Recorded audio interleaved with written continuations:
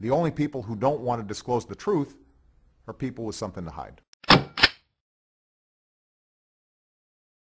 I'm Alan Combs. Welcome back to our microphones. Larry Klayman, founder of Judicial Watch and now Freedom Watch. Larry, how you been?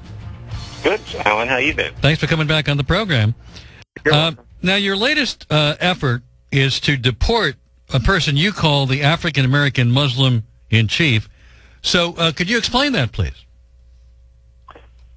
Alan, first of all, he's very proud of coming from Kenya. He jokes about it. I remember going to a White House Correspondents' Dinner where he said that his popularity was becoming very low in this country. You may have been there, but it was still popular in his native country.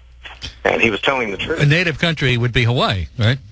Kenya. No, well, if you want to call Hawaii a country... I mean, native state would be Hawaii, but native... They do have nice coconuts and palm trees. And unfortunately, it's the most corrupt state in the country. Well, and he's never come forward, Alan, with a original birth certificate that shows that it wasn't doctored, and that's in our complaint. But Larry, you know, we could go do the birther thing on a number of levels here. First of all, this has been pretty much adjudicated in terms of 2 birth certificates, 2 newspapers in Hawaii weeks after his birth making the announcement.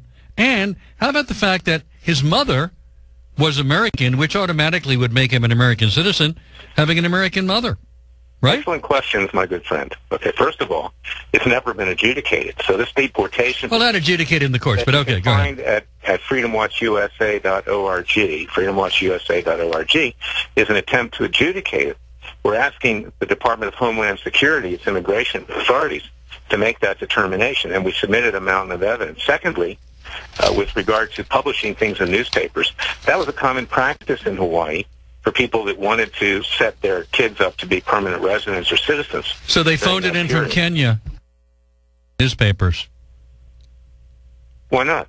We got Ebola from Liberia. Why can't we have that phoned in from Kenya? So I see. So phoning in a birth to 2 Hawaii newspapers is akin to Ebola coming to the United States from Liberia. You're playing with me on the point. No, that's what you said. I just was repeating what you said. You don't have to phone it in from Kenya. You can have somebody there. Okay. And let me explain to you what the definition of natural-born citizen is, which would make you eligible to be president. It's different than what's in the rest of the Constitution with the word citizen, separate and apart for the president and vice president. It's been defined by a case called Minor versus Happersett in the late 1800s, Supreme Court case, as well as the codification of Emmerich Patel, Law of Nations, that you have to be born to 2 citizen parents in the United States, 2 citizen parents in the United States.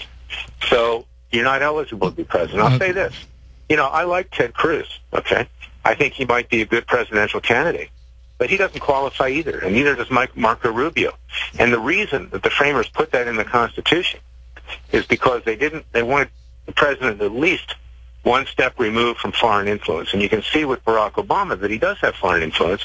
He does seem to have an affinity more with his Muslim roots and his African roots. Well, you say that, but with his American. By the way, if he were a Muslim, which we could debate or not, but let's say he was, so what?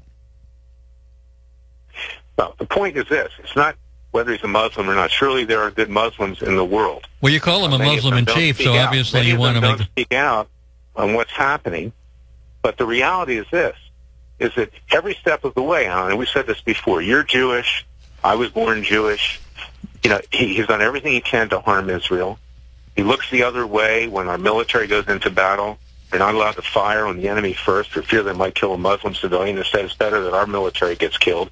I represent the families of Navy SEAL families who perished in a helicopter crash called Extortion 17. They couldn't defend themselves. Some of these people went on the mission that killed bin Laden. This president will not risk a Muslim life for an American life. And with regard to Africa, look at this Ebola thing. Let's bring that out. Do you think that if this president wasn't from Africa, he'd be letting people in from Africa? Larry Klayman is our guest. Freedom Watch is his organization. He is now efforting to deport President Obama. We'll get a little bit more on that when we get back with Larry Klayman. Larry Klayman is with us of former Judicial Watch, now Freedom Watch, and Anthony Fauci of their Center for Infectious Diseases coming up on the program. Larry, I want to quote the Daily Caller, not exactly a liberal publication, Tucker Carlson's Daily Caller, who says that they talk about you can't quit your years-long, their words, increasingly bizarre quest to demonstrate that President Obama is not a natural-born citizen under Article 2 of the United States Constitution. Do you understand why people might see this as bizarre? And these are conservatives saying this. Now, let me tell you what happens. You know the game, Alan. Okay, I like Tucker. Okay, he's kind of a friend. Okay, but what happens is these conservative publications, sometimes that are, more in the center, try to look moderate, and they try to become socially acceptable. This has been a throwaway issue for Republicans and conservatives to make them look like they're magnanimous. Well, they can't win on birth or something. They can't win. That's what Tucker's doing here. Okay. And frankly, I found the article helpful. It gets the issue out there. I didn't take offense to it. All right, now, Larry, the notion that somehow between now and the short time, relatively, he's got left as president, that he will somehow be deported, that's not going to happen, right? Well, it should happen, Alan. And a lot of the things that happen, let me tell you something. If the Department of Homeland Security does not act on this, I file a petition for writ of mandamus to force action. It's time that somebody looked at this. Supreme Court doesn't want to look at it. The courts don't want to look at it. What's the harm in looking at it? I'll tell you what the harm is, because anybody who challenges this president is branded a racist against blacks, and people get scared of that. You know what? I'm sick and tired of it. I'm not scared to speak out.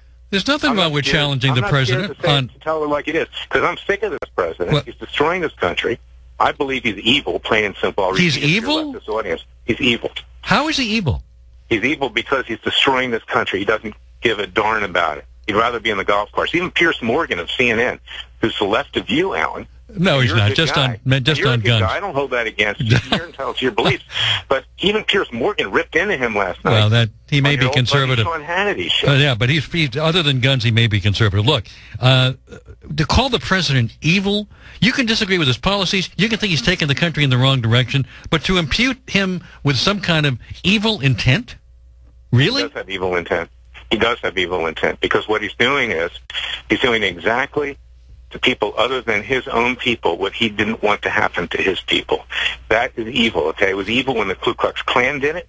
It was evil when J. Edgar Hoover... Are you comparing Obama to the KKK? It's evil that he's trying to destroy Christians, Jews, and whites. Are you comparing Obama to the KKK?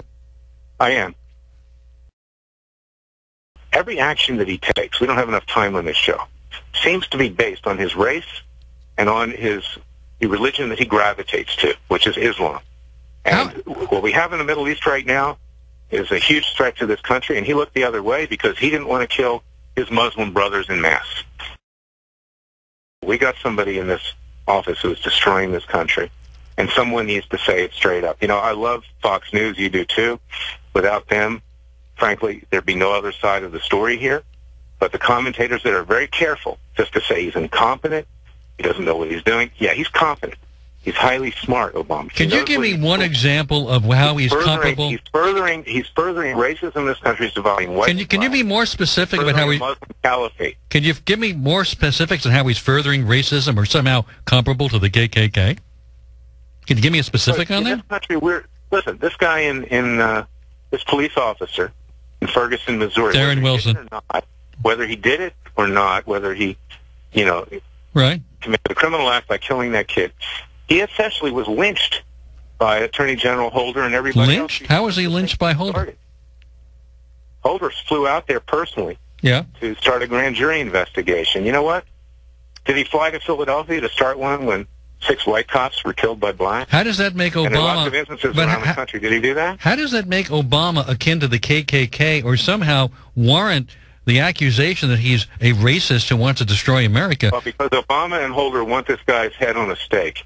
They want him to pay the price, just like they wanted Zimmerman to pay the price for years of past discrimination. I know we know Zimmerman was innocent. The jury found him innocent. But and this cop, it would appear that, from what I've read, he doesn't look like he's guilty. And the grand jury out there, the state grand jury, is so far refusing to indict him. But that's not enough. We've got to have Whitey's head on a stake. Larry, I think what you're doing, you're a brilliant self-promoter. The fact that you're talking about deporting the president and making these very profound, extreme statements gets you a lot of press, a lot of attention. and I appreciate you coming on this show, but Well, but only you know works with that the chances of actually deporting him are minimal. You know that's not going to happen. You know, Alan, look, I'm old enough. I don't need the press anymore. Maybe when I was just starting, that was something that, got me ginned up. Okay, I don't need the press anymore. I want results. You got a hearing on the NSA case on November 4th. I hope you can come. But you know what? I get frustrated, as many Americans do, because the Republican Party rolls over. Benjamin Netanyahu rolls over to Obama, and everybody rolls over to him. And why do they roll over to him? Because he's president of the United States, but domestically they roll over to him because anytime he's criticized in a severe way, we're racist. Who would you like to see be president? I can't think of anybody right now. Hopefully someone will emerge by the grace of God. Nobody ran. Let me tell you, I actually think, and my supporters are probably not going to like this, I think Jeb Bush would be a good president.